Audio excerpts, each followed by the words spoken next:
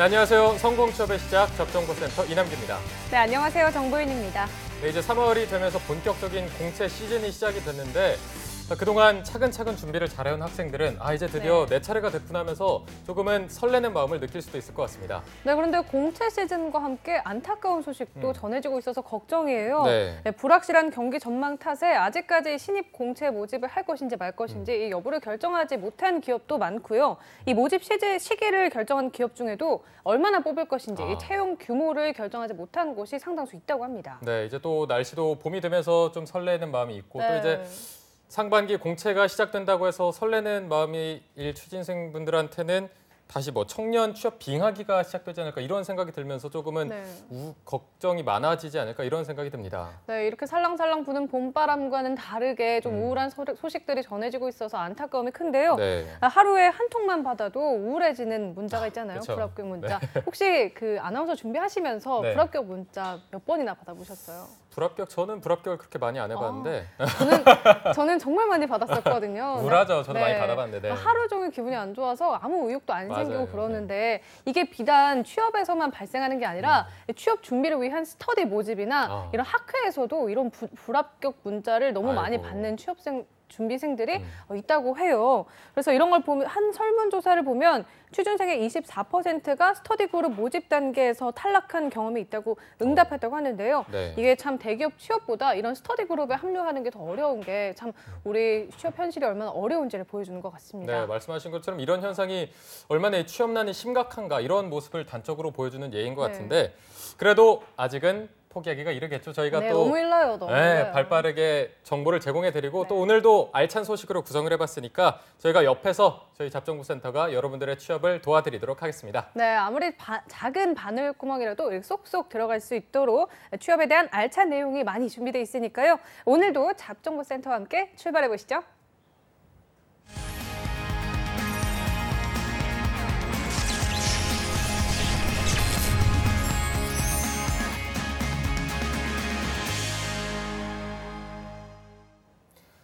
네, 춥고 어둡고 막막한 취준생분들에게 인생의 봄날을 안겨드릴 특집입니다. 봄날은 온다 시즌 2. 자, 어제는 현대자동차 서류 전형 합격을 전략을 짚어봤는데 이게 하루 동안 알려드리기에는 시간이 너무나 짧을 만큼 저희가 방대한 양을 또 전해드렸습니다. 네, 그래서 오늘도 모셨습니다. 우리 취준생 여러분의 궁금증을 말끔히 해소해줄 분인데요. 마치 천군만마가 있다 한들 이분만 하겠느냐 이런 생각이 듭니다. 조민혁 강사님과 함께 현대자동차 합격 전략 어제에 이어서 살펴보겠습니다. 네, 어서 오세요. 네, 반갑습니다. 안녕하십니까?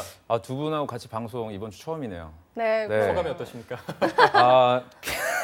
굉장히 케미가 잘 맞는 것 같아요, 두 분이. 정말이죠? 네, 그래서 기대해 봐도 좋을 것 같습니다. 앞으로. 저 표정이 항상 뭔가 불안하게 그런 표정이 있는 것 같은데 사실 저희가 잘 부탁드려야죠. 어제 저희가 현대차 이거 라이브를 보여드렸는데 그때 민혁 쌤도 그걸 보고 계셨다고요? 그렇죠. 공교롭게 이제 잠시 후에 현대자동차가 페이스북을 통해서 채용 설명회를 진행을 합니다. 그러니까 저희 지금 생방송하는 시간과 동일하게 또 진행이 되고 있어서 또 조심스러워요. 제가 또 괜히 잘못된 정보를 또 언급할까봐. 그래서 저희 제작진분들도 같이 예의주시하면서 점검을 하고 있으니까요. 끝까지 지켜봐 주시면 좋을 것 같고요. 말씀해주신 대로. 사실은 그 현대자동차가 채용에 있어서 굉장히 선도적인 기업이에요. 그리고 역사 에세이를 이제 지금 한 4년, 5년째 진행을 하다 보니까 그들도 이제 알게 된 거죠. 모든 지원자들의 생각이나 그 논술 패턴들이 거의 비슷해서 변별력 자체가 없겠구나라는 걸 이제 깨닫고 또 어제 보니까 그 얘기도 하더라고요. 그 신승호 과장님? 아마 인재채용 쪽을 총괄하시는 분인데 그분께서 이제 직접 이런 얘기를 했어요. 그러니까 너무 사회적인 기회비용이 너무 많이 발생한다. 그러니까 무슨 말이냐면 역사 에세이 공부를 그냥 본인이 자발적으로 해야 되는데 뭐 자격증을 취득한다라든지 또는 그런 에세이를 가르쳐주는 또 학원에 또 다니다 이러다 보니까 자신들의 취지와는 좀 다르게 구직시장이 좀 흔들리는 것 같아서 폐지를 했다고 또 언급을 하는 걸 보면은 확실하게 그 구직자들을 위한 노력을 하고 있는 회사가 아닌가라는 생각이 좀 듭니다. 네. 자, 저희가 여건이 되면 이따 라이브를 어제처럼 또 연결해서 실시간으로 전해드리도록 할 테니까 계속해서 많은 시청 바라고요. 자, 일단 현대자동차 한번 본격적으로 알아보도록 하겠습니다. 2018년 상반기 공채 예상 경쟁률 어느 정도로 보십니까? 이거를 제가 어제 보니까 그 임현준 쌤한테도 여쭤보셨더라고요. 그러니까 그분과 저와의 어떤 큰 차이가 바로 이런 거죠. 그러니까 임현준 쌤 같은 경우에는 굉장히 두루뭉실하게 뭐 문과분들한테는 뭐 좋지 않은 소식인데 뭐 적을 거다. 안 돼요. 그렇게 방송하면. 네, 그렇게 하면 안 된다. 혼내시는 건가요? 벌써? 이번 주 금요일 날 또 저희가 같이 만날 거기 네네네. 때문에 또 그러니까 제가 이 경쟁률은 여러분들 확실하게 말씀드릴 수 있는 게 한 200대 1이라고 보시면 돼요. 오, 구체적으로. 그러니까 그게 무슨 말이냐면 삼성 같은 경우에 사트 응시하는데 10만 명 정도 봅니다. 네. 그러니까 상반기니까 한 8에서 9만 명? 현대자동차가 한 절반 정도 응시하거든요. 그러니까 네. 다음 주 3월 12일 월요일 정오까지 마감이에요. 네.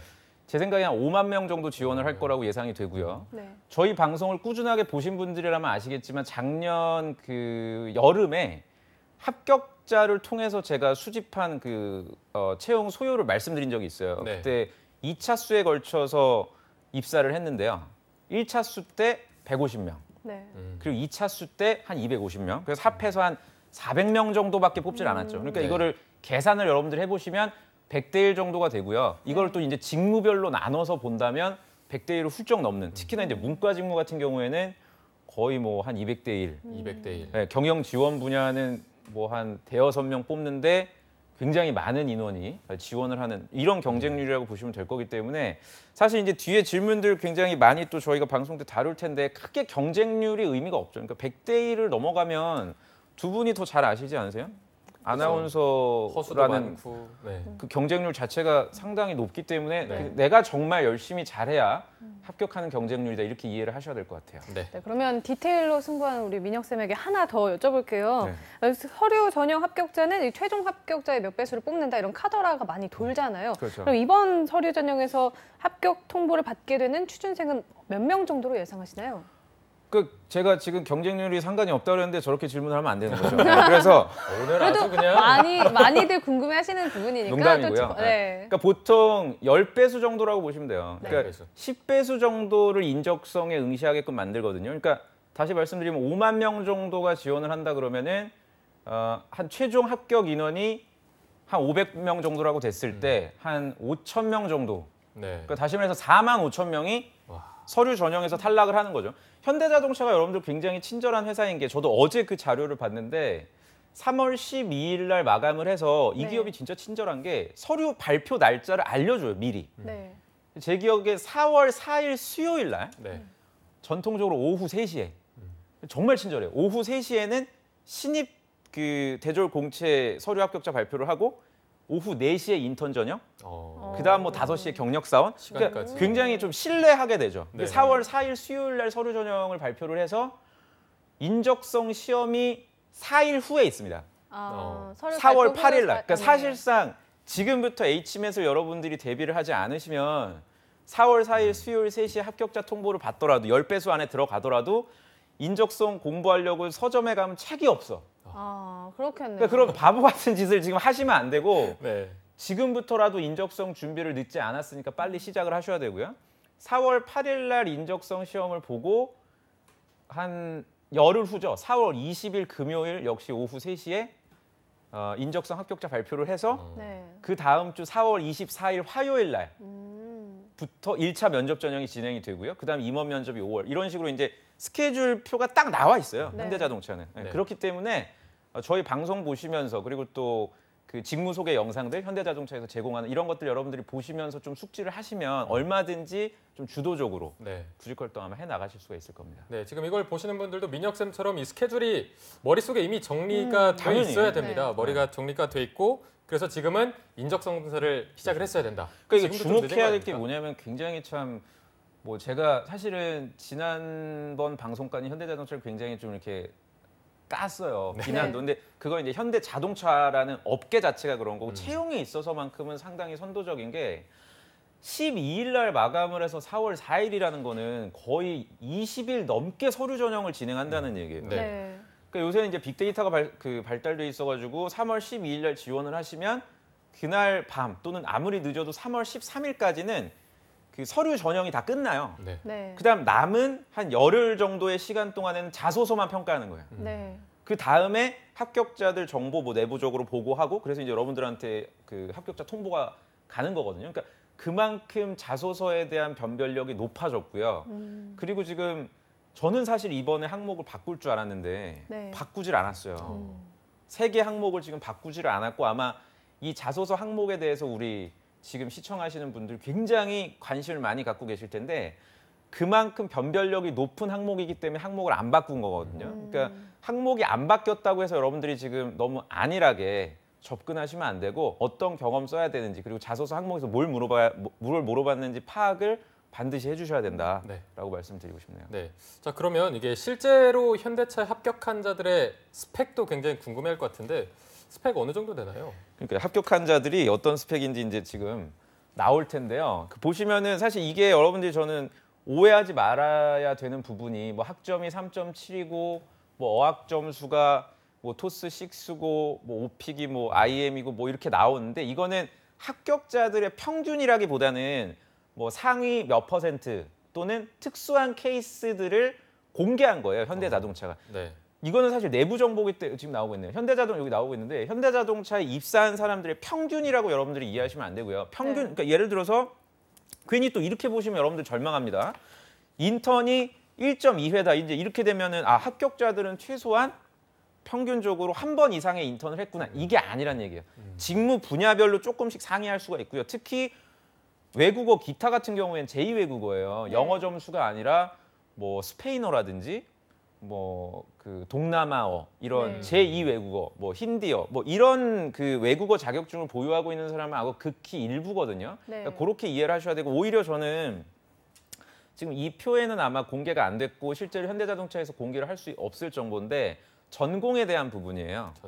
그러니까 전공 실제로 합격한 뭐 300명의 전공이 몇 개다. 이렇게는 사실 회사 내부적으로 공개를 해주긴 굉장히 까다로워. 왜냐면은 몰려 있을 거거든요. 특별한 전공군이. 네. 그러니까 모집 요강을 여러분들이 이렇게 보실 때도 지금 이번에 공개된 거를 제가 보니까 예전 방식으로는 전공을 다 나열해 줬어요. 뭐 기계과다, 전자과다, 산업공학과다, 화공과다. 근데 지금 그 분야를 보면은 그냥 전공 무관, 모든 전공, 뭐 이공계, 우대 이렇게 네. 돼 있는데 사실상 합격하는 사람들의 그 합격자들의 내부 그 합격 전공을 보면은 그렇게 넓게 분포돼 있지는 않을 것이다. 그러니까 몰려있다. 여러분들이 일단은 어쨌든 제조회사라는 점을 감안했을 때 나의 전공이 어느 분야에 활용될 수 있는지를 먼저 감안을 해서 전략을 좀 수립하는 게 굉장히 중요하지 않을까라는 생각이 들어요. 그러니까 내가 이공계인데 예를 들어서 전략 지원을 지원하면 안 되는 거예요. 네, 그렇죠. 내가 뭐 화공 전공자이면 플랜트 쪽에 가야지 뭐 마케팅을 쓴다거나 실제로 있거든요. 제 주변의 학생들도. 이렇게 되면 합격할 확률이 굉장히 낮아지고 좋은 스펙이 있음에도 불구하고 어떻게 보면은 불필요한 지원 전략을 펼쳐서 떨어지는 경우가 많죠. 그러니까 여러분들 아셔야 되는 게 지금 제가 말씀드린 이런 부분은 지금 방송하고 있는 페이스북 현대자동차 채용 라이브에서 절대 얘기해주지 않아요. 신승호 과장님이. 이걸 네, 봐라. 그거를 예를 들어서 얘기를 해주게 되면 당연히 몰릴 거 아니에요. 그렇죠. 네. 그렇죠? 뭐 예를 들어서 뭐 인하대학교 저는 기계공학과 석사인데요. 플랜트 운영 쪽에 지원을 할까요? 연구개발로 지원을 할까요? 그럼 다 지원할 수 있어요. 이분 같은 경우에. 네. 그러면 당연히 그냥 여기도 쓰고 저기도 써요. 상관이 없어요. 본인의 직무 경험을 잘 활용해서 하세요 정도만 얘기를 하지. 네. 현실적으로 내가 인하대학교 기계공학과 석사 정도 되면 당연히 연구개발 안에서도 차량 설계나 평가 쪽을 쓰는 게 맞거든요. 네. 근데 우리 학생들은 그렇게 생각을 안 하더라고요. 어... 그러니까 경쟁률 아까 전에 우리가 얘기한 경쟁률이 너무 높다 보니까 네. 경쟁률이 낮은 쪽으로 지원을 하려고 오히려 지원 전략을 잘못 피는 다시 말해서 본인의 강점을 제대로 활용할 수 없는 그런 분야로 가시는 실수는 절대 하지 마시길 바랍니다. 네. 네. 그럼 말씀하신 것처럼 어떤 직무로 지원하느냐 하는 그런 전략적인 부분도 중요할 텐데요. 네, 그러면 이 매뉴팩처링 부분 한번 얘기를 들어보고 싶은데요. 이 구매 부품 개발 직무에 전공 무관이 돼 이공계 우대라고 돼 있는데 이 이공계 지원자를 우대하는 이유가 따로 그러니까 있을까요? 이것도 이제 이렇게 여러분들이 이해하셔야 되니까 이공계 우대라는 거는 그러니까 굉장히 보수적으로 적어놓은 거예요. 채용팀 네. 입장에서 무슨 말이냐면 혹시나 문과생들만 다 몰릴까봐 네. 이렇게 던져놓는 거죠. 이공대생들도 네. 지원이 가능하다. 다시 네. 말해서 이공계생들이 지원할 경우에 우리는 문과생보다는 당연히 이공계생들의 검토 또는 서류 합격할 수 있는 확률을 높이겠다는 이제 의지예요. 그러니까 네. 쉽게 얘기해서 이공계 분들이 이쪽으로 지원을 안 한다면야 문과생들을 뽑을 확률이 높겠지만 여러분들 뭐 아시겠지만 지금 이공계라고 해서 취업에 있어서 안전한 건 절대 아니거든요. 그러니까 KM 직무 같은 경우에는 기술 경영이면 연구개발 부서 안에서도 한 3-4명 뽑아요. 이쪽이. 그러니까 연구개발 통으로 한 정말 많이 뽑아도 한 100명? 보통 공채 진행하는 인원의 한 3분의 1 또는 지금 뭐 경기가 안 좋으니까 그 정도까지는 아니더라도 한 7-80명 뽑을 텐데 그중에 한 3-4명 뽑는데 과연 문과생들이 이공계생들을 이길 수 있는 어떤 이력이나 경력을 보유하기에는 물론 보유했을 수도 있어요. 내가 예를 들어서 뭐 경영학 그 뭐 MIS 쪽이라든지 그 지식경영 쪽이 있거든요. 분야가. 그쪽 뭐 통계나 이런 쪽에 석사 과정까지 밟았다. 그럼 뭐 한번 해볼만 하겠지만 저희 방송 보시는 분들이 그런 어떤 강점을 갖고 있는 이력 많지 않을 거거든요. 그러니까 저는 전체적으로 봤을 때 문과생들이 이런 이공계열 우대 쪽으로 지원하는 거는 사실상 실패할 확률이 매우 높다. 그러니까 오히려 어떻게 보면 지금 이공계 분들이 더 고민이시겠죠. 내가 연구개발 안에서도 기술 경영을 쓸지 또는 내 전공이 활용될 수 있는 뭐 차량 설계, 재료 쪽으로 쓸지. 그러니까 문과분들은 가급적이면 이공계열 우대인 분야를 좀 피해서 사실상 전략 지원 쪽으로 지원을 하시는 게 맞다라고 말씀을 좀 드리고 지금 나오고 있네요. 네, 지금 구매 직무 관련해서 현대차에서 페이스북 라이브를 진행하고 있는데 현장 화면 잠깐 보시겠습니다. 품질이 좋고 가격 경쟁력이 있게 소싱할 수 있는지 최적의 소싱 전략을 수립할 수 있기 때문이죠. 먼저 업체 운영을 어떻게 고민하는지 뭐 간략히 말씀을 드리면 이제 협력사 풀에 굉장히 긴장감이 있을 때만 업체들은 베스트 가격을 제출하게 됩니다. 그러기 위해서는 중장기 물량 예측이 가장 필수적인데요. 만약에 우리가 예측을 잘못해서 생각했던 물량보다 업체를 굉장히 많이 넣었어요. 그래서 이미 레드오션이 됐다고 생각을 해보겠습니다. 그럼 과연 업체들이 경쟁력 있게 막 투자를 많이 해서 가격을 낼까요? 반대로 물량은 생각보다 너무 많이 늘었는데 업체들이 2개밖에 없어요. 그래서 한번 수주하자마자 본인들의 라인 캐파를 초과해버렸어요. 그럼 과연 그 다음에 베스트가를 제출할까요? 굉장히 느슨한 가격을 내겠죠. 입찰 후에도 구매 담당자는 지속적인 리뷰를 통해서 그 풀의 긴장감을 계속 유지시켜주는 것이 중요합니다. 네, 지금 전기자동차 개발팀 지금 이렇게 단위 부품들을 보시면 이 시스템을 구성하기 위해 카메라 2개, 디스플레이 2개.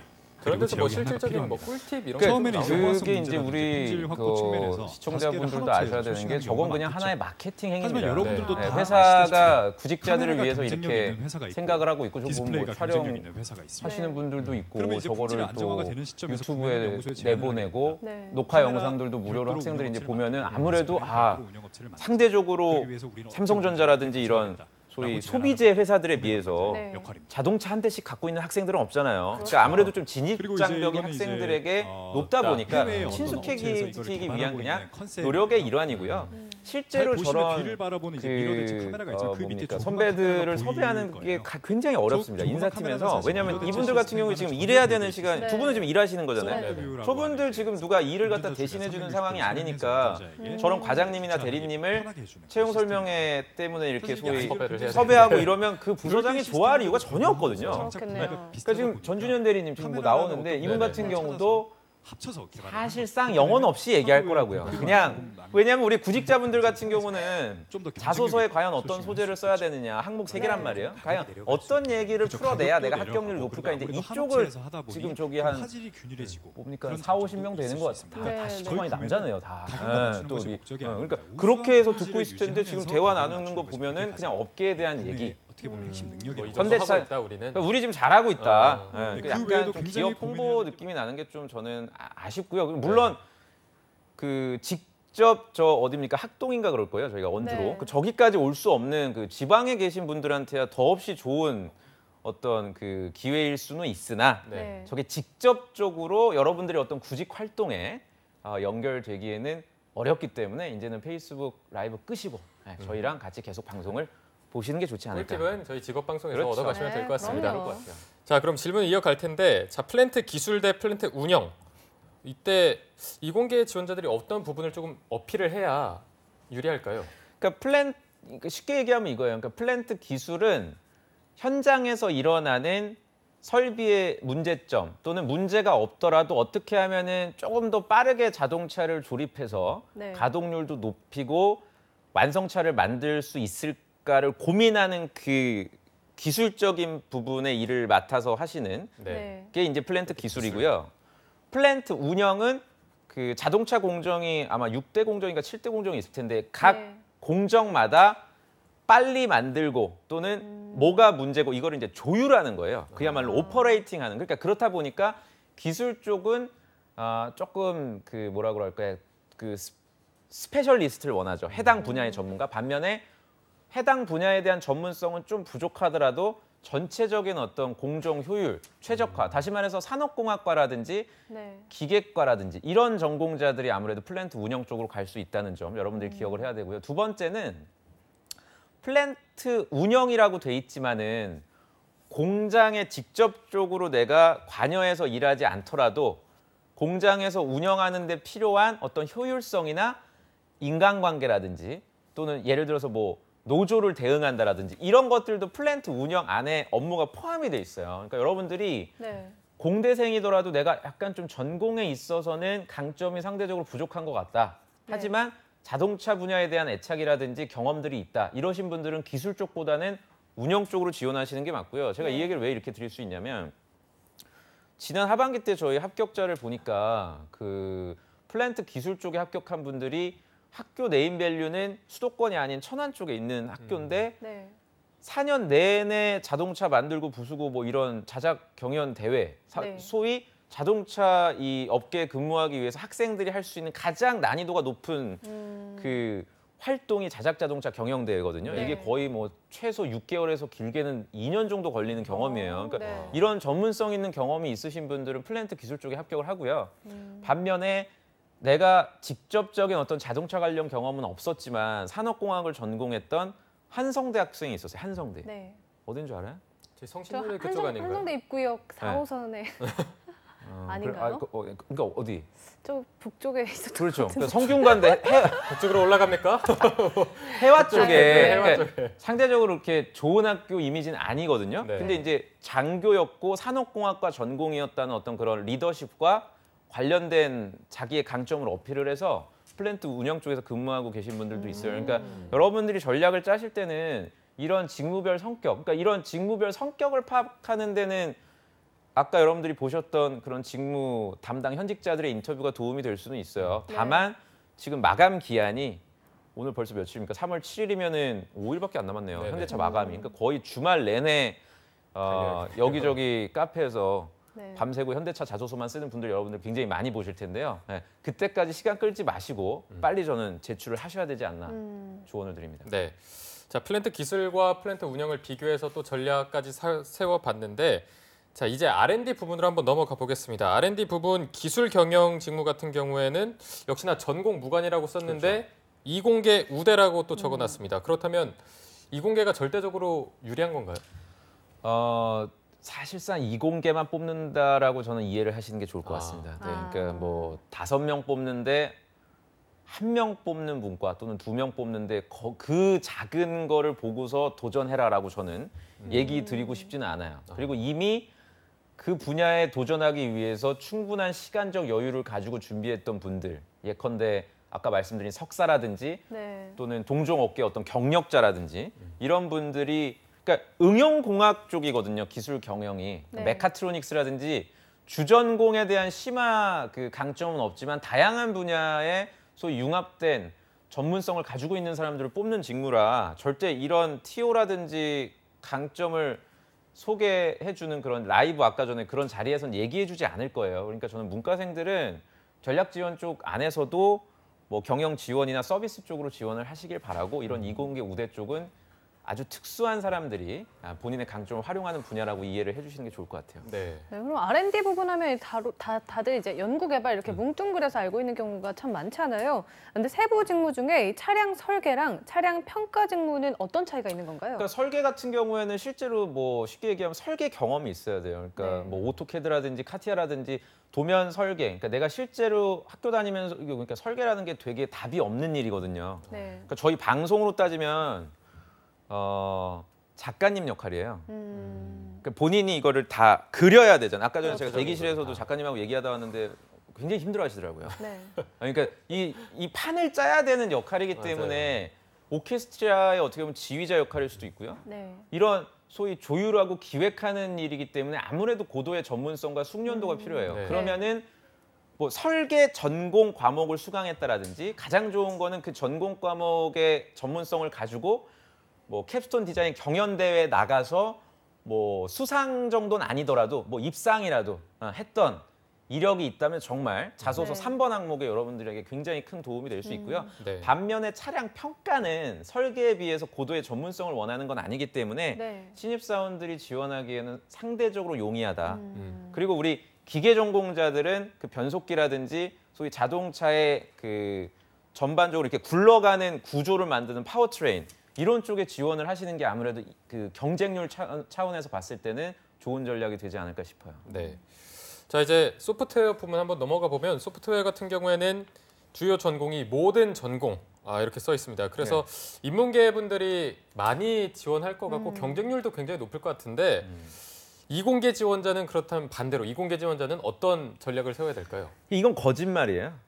이거는 제가 요건 조금 그 현대차가 그 저희 모집 공고를 띄워주실 수 있으면 띄워줘 보세요. 주요 전공 이제 보시면 전부 다 모든 전공이라고 지금 되어 있고 네. 연구 개발 그렇죠 지금 나오고 있죠. 보시면 모든 전공인데 이건 아마 채용팀에서 전략적으로 지금 이렇게 공고를 한 것 같아요. 우리가 채용에 있어서 열린 채용을 열려있다. 지향하고 네. 있다라고. 그러니까 저는 이게 만약에 혹시 지금 저희 방송을 그 현장에서 보고 계신 분이 있을지는 모르겠지만 혹시 이 방송하고 동시에 보고 계신 분이 있으면 반드시 물어보세요. 신승호 과장한테. 이 모든 전공이라는데 진짜냐. 지금 조민혁이라는 컨설턴트가 현대자동차를 되게 욕하고 있는데 이거 실제로 진짜인지 한번 점검을 해보고 싶다. 뭐라고 대답할까요, 이게?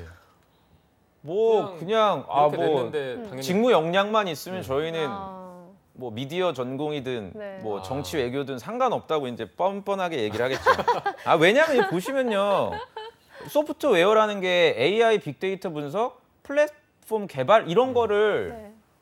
배운 적 있어요? 경영학 전공이라든지. 아니요, 사실 저도 영어도 법학 전공인데 네. 이런 걸 가르칠 일은 전혀 없거든요. 네. 그리고 컴퓨터 공학 전공자들의 커리큘럼 자체가 난이도가 굉장히 세요. 요새 학교에서. 네. 졸업하는 것도 되게 까다롭고. 그럼 그런 전공자들을 이길 만큼의 다른 전공이 과연 있을 거니까 이거는 하나의 그냥 마케팅 수단이 아니겠냐라는 좀 지금 뭐 영상이 나오고 있는데 좀 그렇고요. 제가 이번에 책을 내면서 추가한 합격 사례에 현대자동차 소프트웨어 전공인 분의 합격 사례가 들어가 있어요. 네네. 그 사례를 여러분들이 참고하시는 것도 좋을 것 같고 실제로 그분 같은 경우에는 동종 업계의 경력자예요.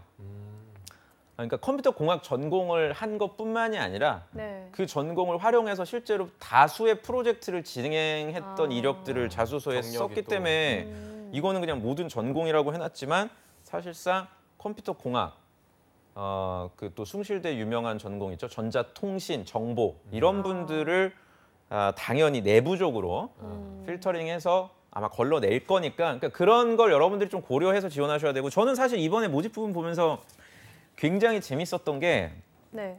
느끼셨을지 모르는데 저는 사실 이렇게 근무지를 명시하는 경우는 처음 봤거든요. 네. 수도권이라고 해놨어요. 수도권. 수도권. 그러니까 혹시 이렇게 명시하는 회사 보셨어요? 보통 이렇게 지역을 명시를 해줘요. 네. 네. 서울이다. 뭐 포스코 같은 경우에도 포항, 광양, 서울 이렇게 명시를 하지 이렇게 네. 두루뭉실하게 수도권. 다시 말해서 서울이란 단어를 우리는 쓰지 않겠다는 거거든요. 이거는. 그러니까 다시 말해 우리는 양재동에 본사가 있지만 그쪽에서 근무할 수 있는 사람은 많지가 않다. 여기 있죠. 전략 지원.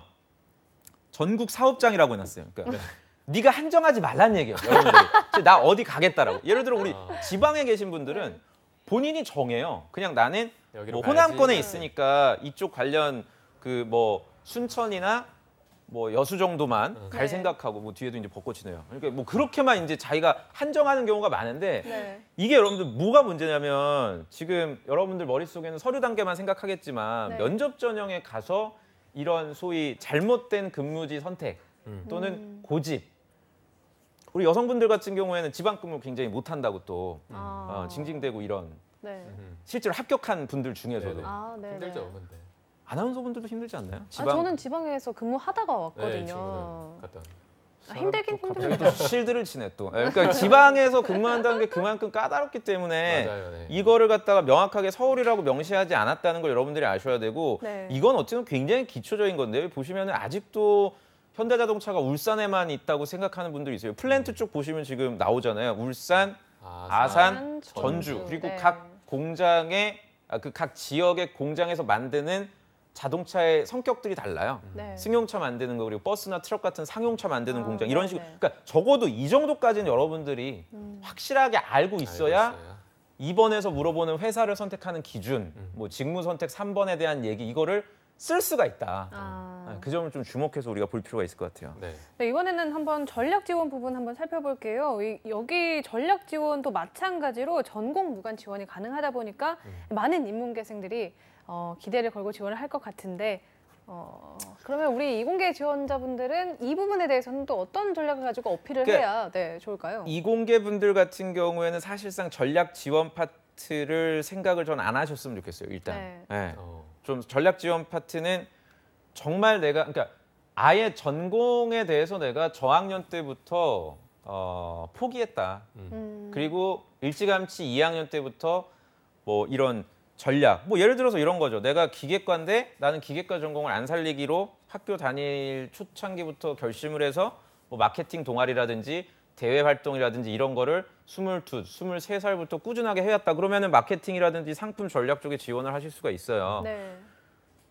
제가 예전에 그 채용 설명회 현대자동차에서 2014년도에 소개했던 영상 중에 보면은 경희대학교에 한방재료학과라는 데가 있어요. 그러니까 한의학부 안에 한방재료 이게 이제 수원캠에 있거든요. 이공계 쪽이 이제 수원캠이니까 한방재료면 이제 이공계 쪽으로 분류가 되나 이분은 그쪽으로 전공을 살릴 생각이 전혀 없는 상태에서 저학년 때부터 마케터 활동을 열심히 해서 자소서를 공개를 해줬는데 정말 잘 썼더라고요. 네, IT와 자동차 업계가 접목된 지금 어떻게 보면 지금이야 보편화돼 있지만 그 당시 2013, 14년도에는 보편화되지 않았던 그런 기술에 대한 관심을 마케터 관점에서 잘 자소서에 녹여내서 실제로 전공과 상관은 없지만 마케터로서 활동을 하고 있다는 사례도 제가 기억이 나요. 그러니까 이런 특수한 사례와 여러분들의 준비가 있다면요 전략 지원에 지원할 수가 있지만 우리 지금 영상을 보고 계시는 대부분의 이공계 분들은 전략 지원 외에 아까 말씀드린 연구개발은 매니팩처링 쪽으로 지원을 하시는 게 좋은 전략이다. 제가 보니까 국민대학교 그 자동차 기계공학과가 있잖아요. 자동차공학이 있고 뭐 기계공학과가 있던데 국민대학교에 거의 유일하게 현대자동차가 채용 설명회를 나갑니다. 자동차. 네, 좋은 학교가 아니잖아요, 사실 국민대가 네임밸류 상으로는. 제가 근데 학교인데 또 이렇게 네, 제가 일부러 그러는 거예요. 공격을 당하니까 열받네요, 좀. 본인이 할 줄 몰랐어, 어나운서. 그래서 근데 국민대학교에 가서 채용 설명회를 하는 그 현대자동차의 그 어떤 뭐라 그럴까요? 울분이 제가 공감할 수가 있겠더라고요. 왜 너희들은 자동차를 공부했음에도 불구하고 자소서에 이상한 경험을 쓰냐. 제발 그러지 말아라.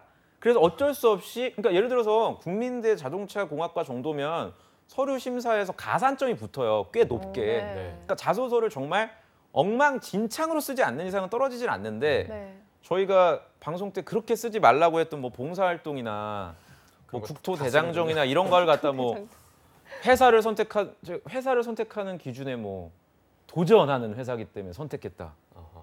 못 웃을 거예요 지금 아마 이 영상을 보시면 도전하는 회사니까 그러니까 되게 뻔하고 고민하지 않은 흔적이 너무나도 많이 노출된다면 좋은 스펙이 있어도 분명 떨어질 수밖에 없으니까요. 좀 그런 좀 투자하지 않고 그냥 막연하게 쓰는 본인의 자소서는 반드시 좀 점검을 해야 될 것 같아요. 네, 알겠습니다. 자, 그런데 이번에 정기 공채 외에도 상시 채용이 또 눈에 띕니다. 이 상시 채용이 어떤 건가요? 상시 채용은 원래 이제 2015년도에 잠깐 문과생들의 그 공채를 문을 닫았던 적이 있어요.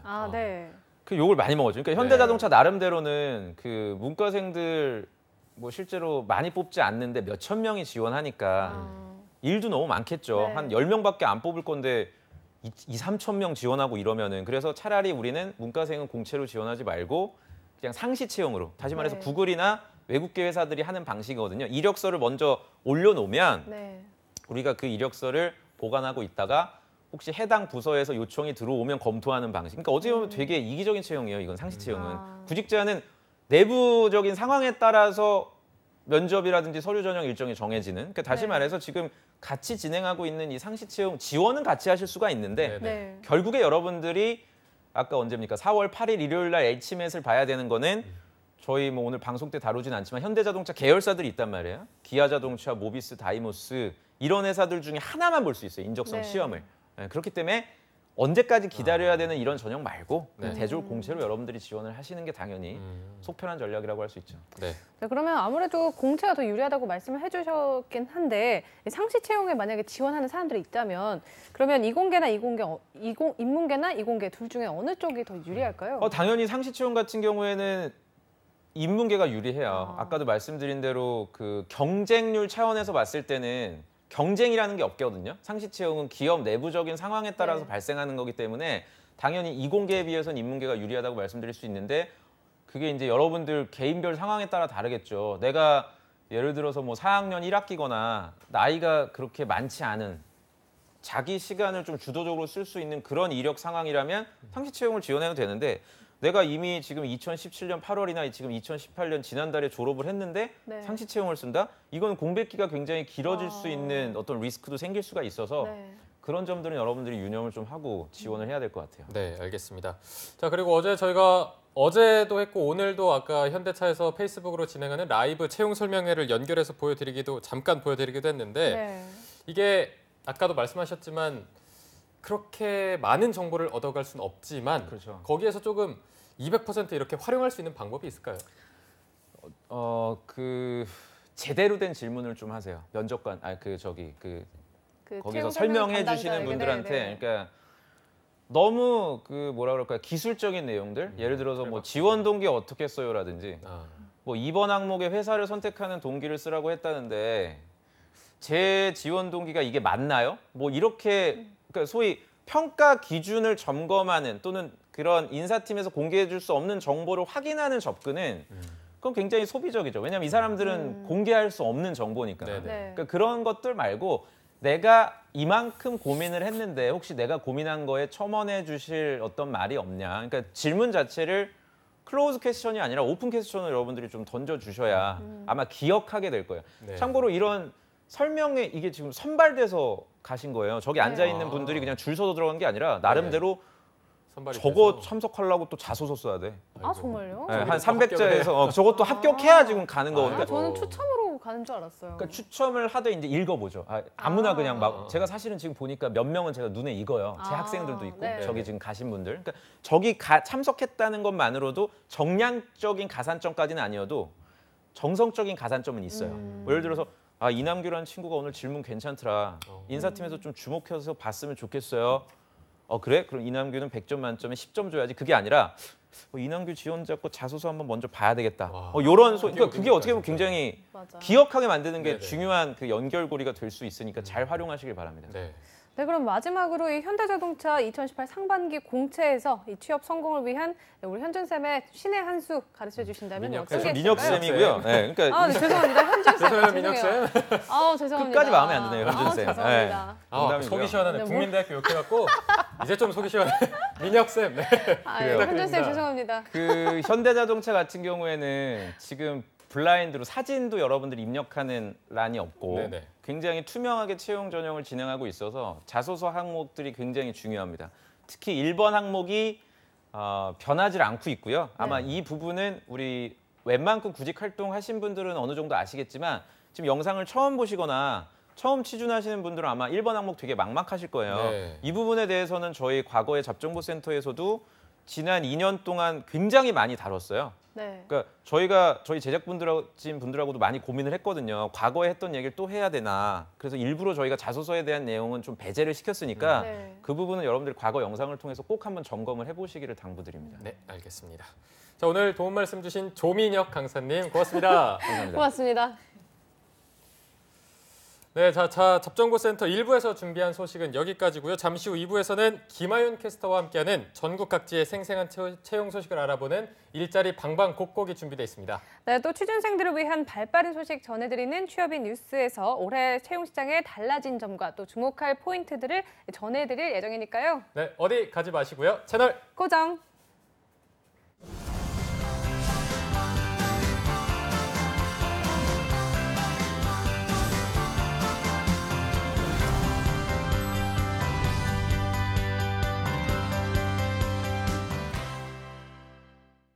힘들지? 취업 준비는 잘 되니? 저야 잘 준비하고 있죠.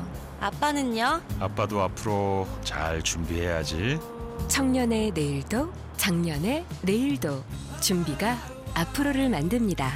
미리 계획하고 준비하고 실천할 수 있도록 어느새 노후를 걱정하는 당신에게 더 넓어진 장년고용 서비스가 함께합니다. 아빠 출근한다. 나도 같이 가. 내 일을 향해 앞으로, 내일을 향해 앞으로, 함께 앞으로. 슬플 거라 생각 말아요. 그런 사연 없어요. 불편할 거라 생각 말아요. 그런 사연 없어요. 다양한 가족의 모습을 존중할 때 행복이 더해집니다. 오늘도 행복해요.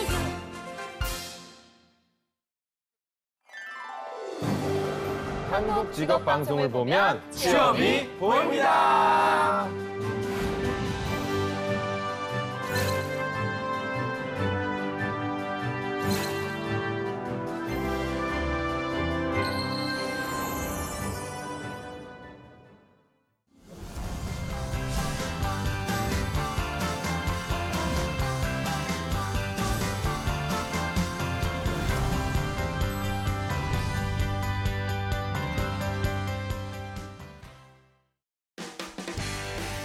네, 성공 취업의 시작 잡정보센터 2부의 문을 활짝 열어봤습니다. 자, 2부에서는 전국 각지의 생생한 채용 소식을 전하는 일자리 방방곡곡이 준비되어 있고요. 네, 또 취준생들이 꼭 알아두면 좋을 뉴스들만 모아서 전해드리는 취업인 뉴스도 준비되어 있습니다. 먼저 일자리 방방곡곡부터 만나보시죠.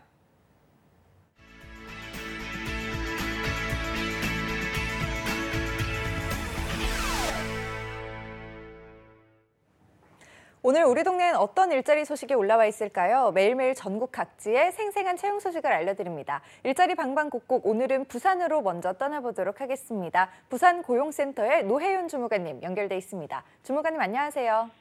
안녕하세요. 부산 고용복지플러스센터 노혜윤입니다. 네, 오늘 일자리 소식 알려주시죠. 네, 이번 주 소개해드릴 부산 지역 구인기업은 강서구 송정동 소재의 광명잉크 제조 주식회사입니다. 인쇄잉크 및 회화용 물감 제조업체로 채용 분야는 기계정비 유지보수원입니다. 공무팀 소속으로 공장 내 기계, 전기설비 외 시설 정비, 유지관리 업무를 수행하며 지원 자격은 고졸에서 대졸 학력으로 관련 경력 1년 이상, 전기기능사, 소방안전관리자 2급 이상 소지자 지원 가능하며 인근 거주자 우대한다고 합니다. 주 5일 근무로 급여는 월 300만 원 이상, 학력은 100% 있으며 경력자는 면접 시 급여 조정 가능합니다. 그 밖에 복리후생으로 통근버스, 자녀 학자금 지원 있다고 합니다. 채용 시 마감되는 구인권으로 지원을 희망하시는 분은 사업장 별도 지원서 양식이 있으니 워크넷을 참조하여 구비 서류를 준비하신 후 우편 또는 이메일 지원해보시기 바랍니다. 네, 관심 있으신 구직자분들은 지원 자격과 우대사항 잘 체크하셔서 지원하시기 바랍니다. 이어서 다음 소식도 바로 알려주시죠. 다음으로 소개해드릴 기업은 경남 사천시 사남면 소재의 주식회사 아스트입니다. 항공기 부품 가공업체로 채용 분야는 생산관리원 5명입니다.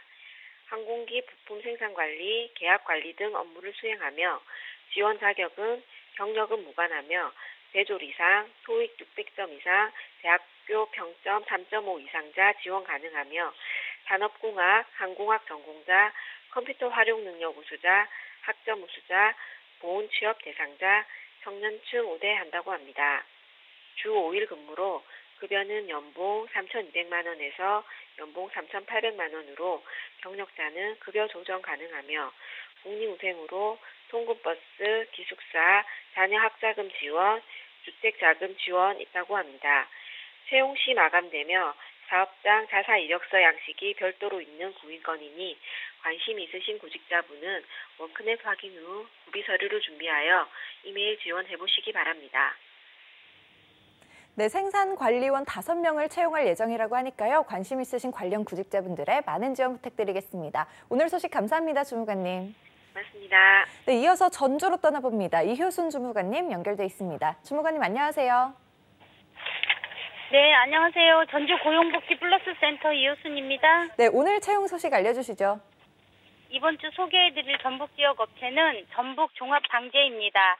전라북도 전주시 덕진구 진북동에 소재하고 있으며 기반 조성 및 시설물 축조 관련 전문 공사업체에서 소방설비공사, 전기공사, 소방시설 점검 업무를 담당할 방재기술자 및 연구원 2명을 채용합니다.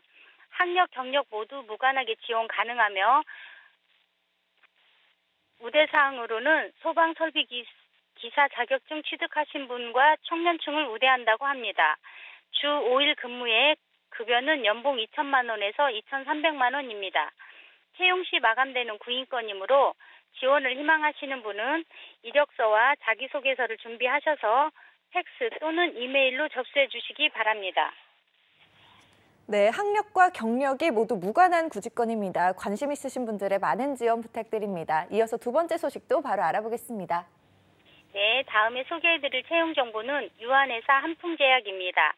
전라북도 완주군 봉동읍 완주산단에 소재하고 있으며 의약품 제조업체에서 원료 담당 업무를 수행할 제조 생산관리자 1명을 채용합니다. 학력은 고졸부터 초재졸까지 가능하며 경력은 무관하게 지원 가능합니다. 우대사항으로는 청년층을 우대하고 운전 가능하신 분을 우대한다고 합니다. 주 5일 근무에 급여는 연봉 2,400만 원 이상입니다. 구인 마감일이 3월 13일까지이므로 지원을 희망하시는 분은 이력서와 자기소개서, 경력증명서를 준비하셔서 이메일로 접수해 주시기 바랍니다. 네, 제조 생산 관리자 1명을 채용한다고 하니까요. 관심 있으신 분들은 지원 자격과 우대사항 잘 체크하셔서 지원하시기 바랍니다. 오늘 소식 감사합니다, 주무관님. 네, 감사합니다. 일자리 방방곡곡 경남과 전주 지역의 채용 정보 살펴봤습니다.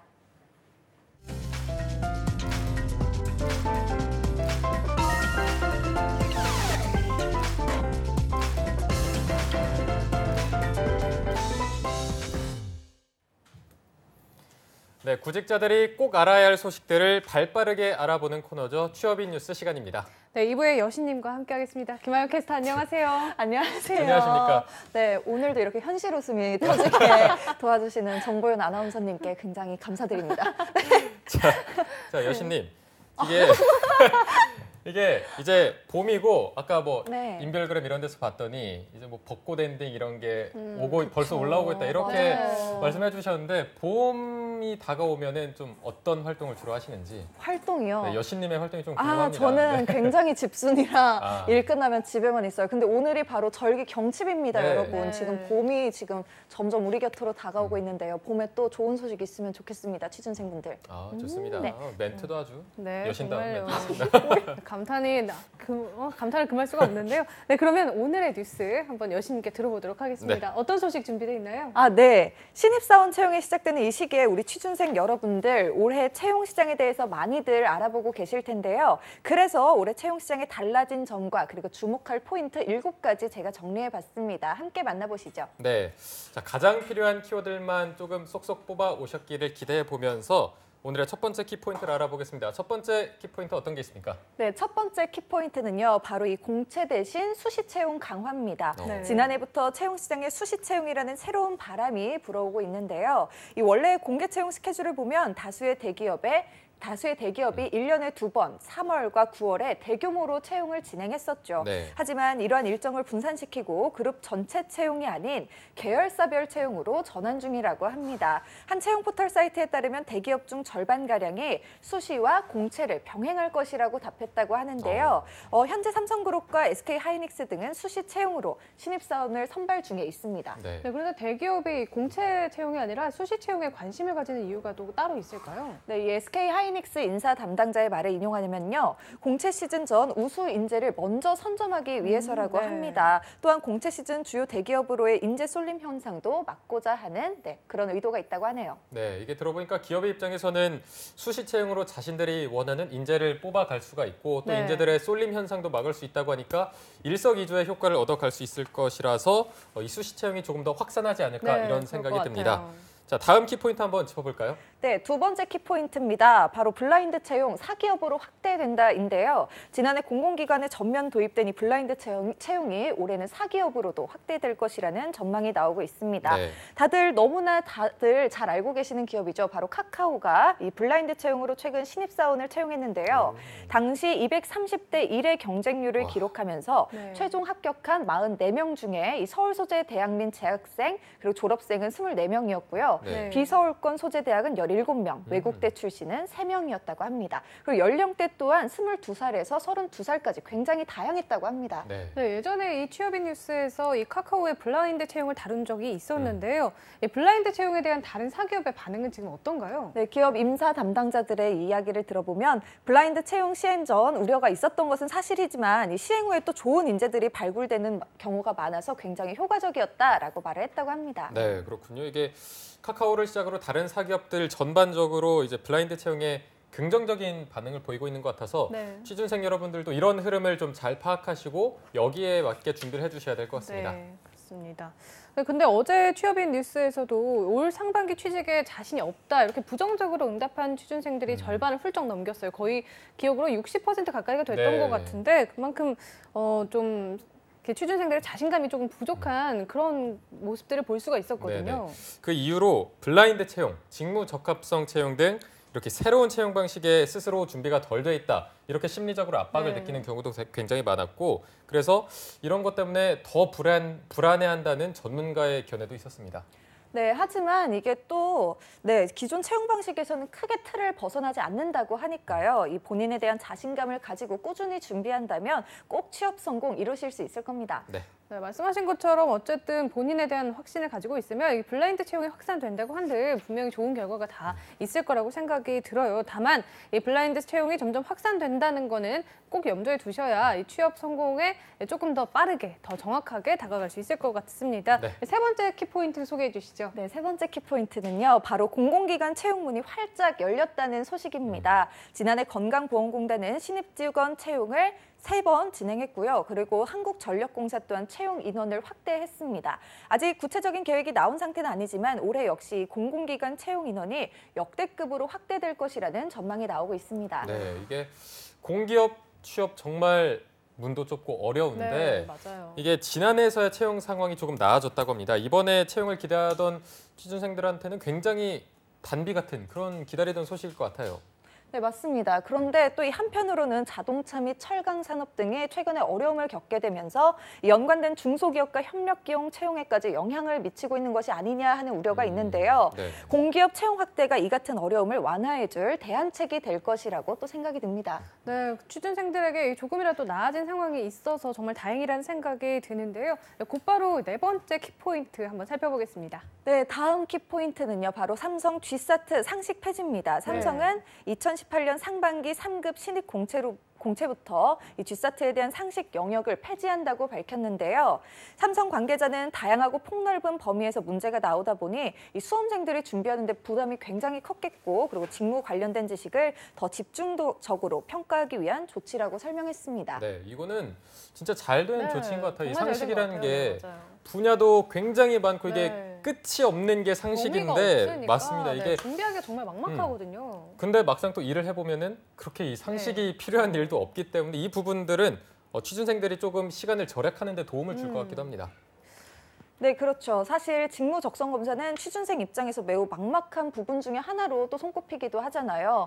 이에 한 취업 전문가는 실무 역량을 평가하는 추세로 변하고 있는 최근 채용 트렌드에서 벗어나고 있는 게 사실이고 그리고 과거 하나그룹이 직무 적성 검사를 폐지한 것처럼 삼성의 이 상식 제외는 다른 기업에도 영향을 미칠 것이다라는 전망을 하고 있다고 말했습니다.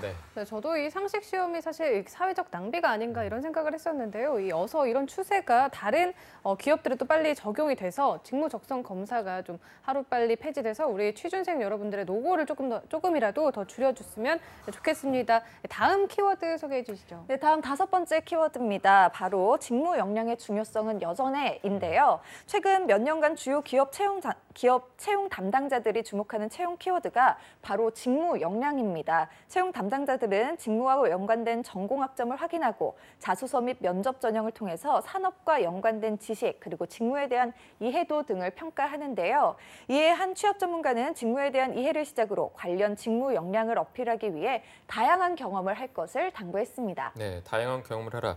하연 씨, 힘드시죠? 네, 맞네요. 쉼 없이 계속 얘기를 하고 있는 것 같은데 7가지라서 아직은 조금 더 살펴봐야 될 것 같습니다. 네. 자, 어쨌든 이제는 아르바이트건 뭐 활동이건 모든 것이 자신의 직무랑 연결이 돼 있어야만 해서 그게 조금 슬픈 것 같긴 하지만 그래도 준비를 해야죠. 어떤 활동들을 준비를 해야 될까요? 네, 만약에 인문계 취준생이라면요, 이 지원 회사 관련 산업 트렌드 지식을 쌓는 것이 필요해서 이를 위해 공모전과 직무 관련 외부 교육, 인턴 경험, 학술 대회, 아르바이트 등을 경험해 보시는 게 좋고요. 반대로 이공계 취준생은 지원 산업과 관련된 전공 지식 습득이 필수적이므로 반도체와 디스플레이 공정 실습, 산업별 전공 지식 외부 교육, 프로젝트 경험과 인턴 경험 등이 필요하다고 말했습니다. 네, 그렇군요. 인문계 취준생은 지원 회사 관련 산업 트렌드 지식을 반드시 준비를 해야 되고요. 또 이공계는 지원 산업 관련 전공 지식 습득을 필수로 할 것을 꼭 기억해 두시는 게 좋겠습니다. 6번째 키워드죠. 다음 키워드 6번째입니다. 네, 6번째 키포인트입니다. 바로 히든 챔피언에 주목하라인데요. 최근 취준생들이 개인의 일과 생활의 균형을 유지하는 워라밸, 이 워크 앤 라이프 밸런스에 주목하면서 적은 연봉이라도 자신의 삶을 즐길 수 있는 중소, 중견기업을 선호하는 움직임이 나타나고 있습니다. 이에 한 취업 전문가는 히든 챔피언이 주목받을 것으로 이미 예상을 했다면서 지원자들이 급여와 근무지 같은 표면적인 정보뿐 아니라 복지 혜택, 그리고 근무 환경과 같은 것들을 종합적으로 판단하기 시작하면서 기업 규모보다 내실 있는 알찬 기업들의 선호도가 높아질 것으로 보인다고 말했습니다. 네, 자 6번째 키포인트가 히든 챔피언스 기업에 주목하라라고 한다면 저희가 또 목요일 2부에서 이 히든 챔피언스 기업에 대해서 다루고 있죠. 네, 대중에게는 잘 알려져 있지 않지만 각 분야의 세계 시장을 지배하는 우량 기업으로 히든 챔피언이라고 불리는 기업들을 저희가 소개해드리고 있는데요. 취준생 여러분이 저희 잡정보센터 보시면서 그런 기업들에 많은 관심을 가지면 참 좋겠다는 생각이 듭니다. 네. 드디어 마지막 키포인트예요. 마지막 키포인트 알려드리도록 하겠습니다. 바로 7번째는요. 유연한 사고의 신입사원을 선호한다입니다. 최근 기업은 사후 관리와 필드 컴플레인, 재구매율까지 고려한 성능과 디자인, 서비스 등 사용자 관점에서 주목하고 있습니다.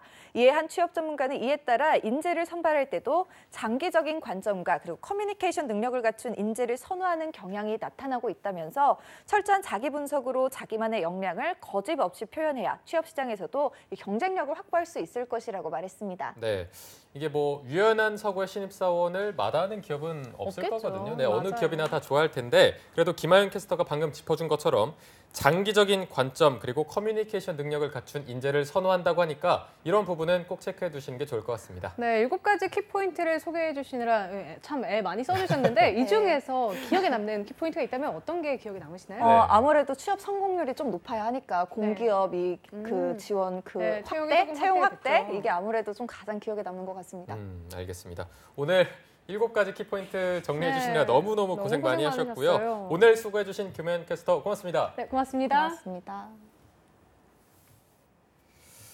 자, 내일도 상반기 공채 합격을 위한 필승 전략을 짚어드리는 봄날은 온다 시즌2가 이어집니다. 내일 방송도 기대 많이 해주시고요. 네, 저희는 내일 오전 10시에 다시 웃는 모습으로 찾아뵙겠습니다. 시청해주신 여러분 고맙습니다. 고맙습니다.